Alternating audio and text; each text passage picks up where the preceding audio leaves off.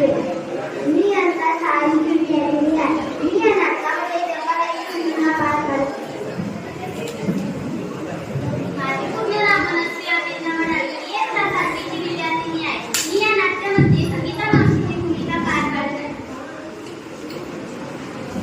माझे पूर्ण नाव ऋतुजा दत्तुरपदे. मी आता सहावीची विद्यार्थिनी आहे. मी या नाटकामध्ये टीनाची भूमिका पार पाडत आहे. माझ्या मी आता सातवीचा विद्यार्थी आहे. मी या नाटकात समुद्र यांची भूमिका पार पाडत आहे. माझे पूर्ण नाव भूषण सेना सोनवणे आहे. माझ्या शाळेचे नाव जिल्हा शाळा प्रतिभा आहे. मी वर्ग सातवीचा विद्यार्थी आहे. मी या नाटकामध्ये रघुपदाची भूमिका पार पाडत आहे. माझे पूर्ण नाव करण शिंदे.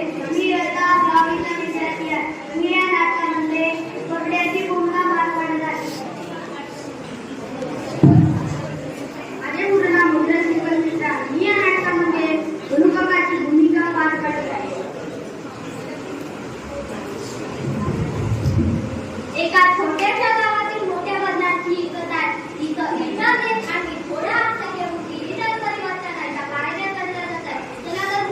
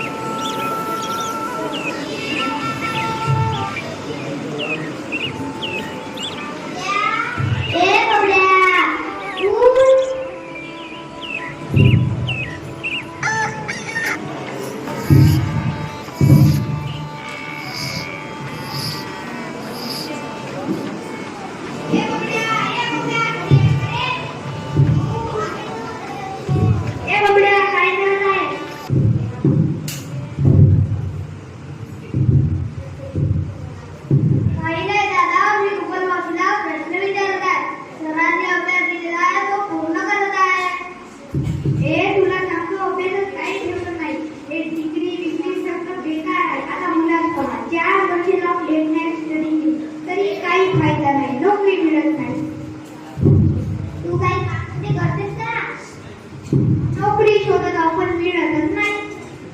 आमच्या शेतामध्ये रोज लागणाऱ्या पैसे तरी भेटतील. मी इतकं शिकून तुमच्या शेतावर येऊन पैसे राहते. बरं कपडा मग मी जातो.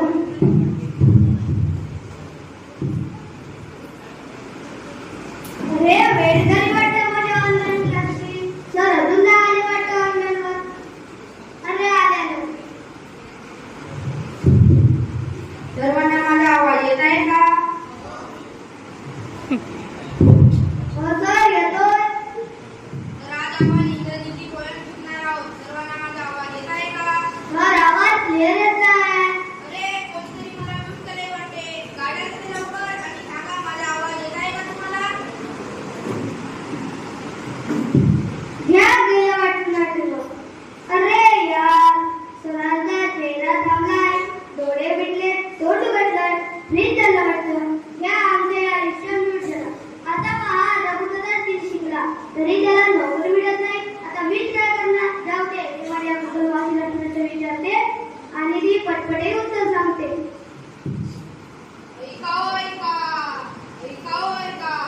आता गावाच्या चौकात एक नवा फलक लागलाय. डिजिटल साक्षरतेचा शिबिर किल्ला आणि समुद्र गावकऱ्यांना नवीन युगात घेऊन जाण्याचं चला तर पाहूया. ऐका आता गावात इंटरनेट, स्मार्टफोन आणि मोबाईलवर बँकिंग शिकवणार आहेत. तुम्हाला शिकवणार आहे QR scan, video call, online शिक्षण, सरकारी सेवा, त्याही घर बसल्या. नमस्कार मंडळी. आजपासून आपल्या डिजिटल मोहिमे अंतर्गत डिजिटल साक्षरता शिबिर सुरू होत आहे. काय चालू आहे? मोबाईलवरून बँकिंग काय प्रकारे फोन घेतले बँक गायब. काका काळजी नको. डिजिटलचा अर्थ आहे सोपं जीवन. पैसे काढायला रांगेत उभं राहण्याचं काम संपलं. आमच्या वेळी चिठ्ठी यायचा, आठवडा जायचा. आता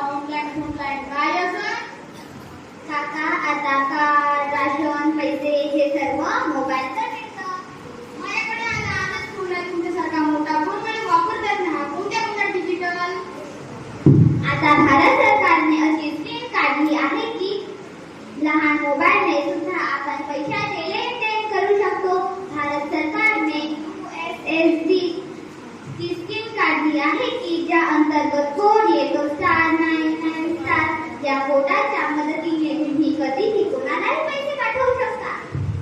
मग पेन्शन पण मिळणार का? हो काका.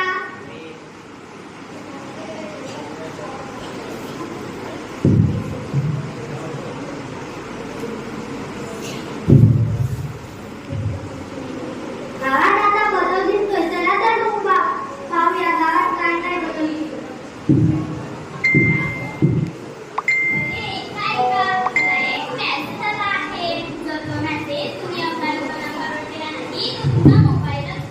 काय सांगते?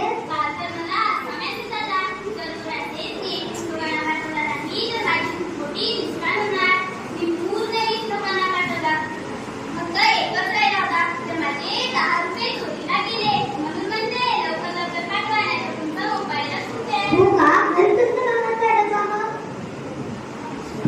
मावशी, हे सर्व खोटं असतं. अशा अफवा पसरवू नका. मी कुठे काय म्हणते? मी तर तुम्हाला सगळ्यांना वाचवण्याचा प्रयत्न करत आहे. असले मेसेज खरे की खोटे जाणून न घेता असले मेसेज पाठवणे सायबर क्राईम असते. यासाठी तुम्हाला शिक्षा सुद्धा होऊ शकते. मग मी आता जेलमध्ये जाईन का? हो, आणि तिथे तू खूपच मावशीला भेटशील.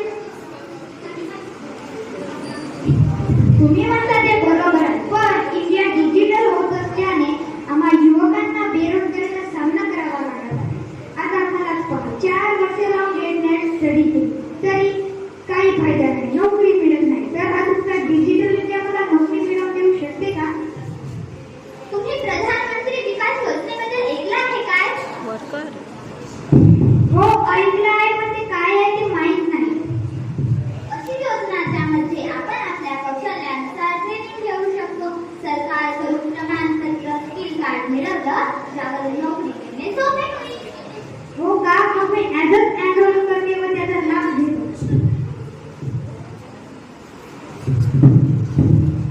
डिजिटल इंडियामध्ये स्मार्ट इंडिया. आज तुम्ही मोबाईल घेतला, उद्या सरकारी काम घर बसल्या करू शकता व दूरगावी असलेल्या व्यक्तीशी समोरासमोर संवाद साधू शकता.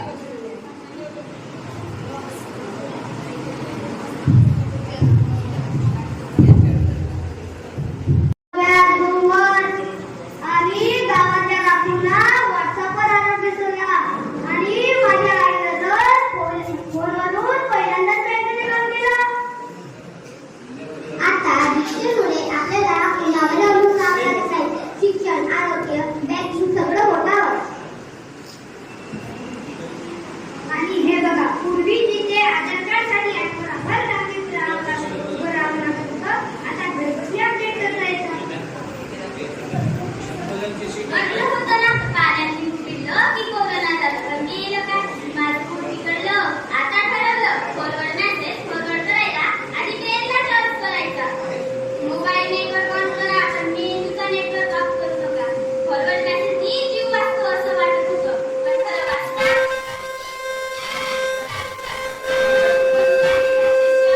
आणि स्वतःला विचारा, हे खरं आहे का? आणि मी सांगितलेल्या गोष्टी फॉरवर्ड नाही करणार. शिकले पाहिजे. आता कोणताही मेसेज आला की विचारा, हे फॉरवर्ड आहे की फालतू? विश्वास ठेवायचा, पण विचार करूनच. हाच खरा डिजिटल प्रतिभा अभियान. हो बापरे, पूर्वी मला वाटायचं मोबाईल फक्त बोलायला असतो.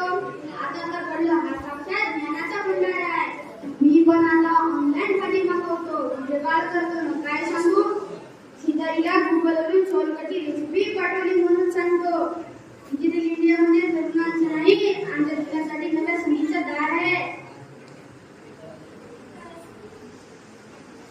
आता डिजिटल क्रांतीमुळे मुलींनी शिकून डॉक्टर, इंजिनियर बनतात. हे खरं एम्पावरिंग राईट आहे. पण हो, नेटवर्क नाही की आईचा हात चालतो. मग ती मुलगा जुंजरट गाणं सुरू करते. हे सगळं नेट बंद झाली की काय उपयोग? मित्रांनो, डिजिटल इंडिया सरकारचं डिजिटल इंडिया हे स्वप्न आपण साकार करत आहोत.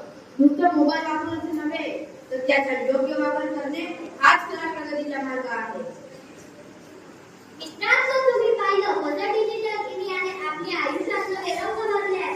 शिक्षण असो, आरोग्य असो, शेती असो, बँकिंग असो, डिजिटल तंत्रज्ञान आज खऱ्या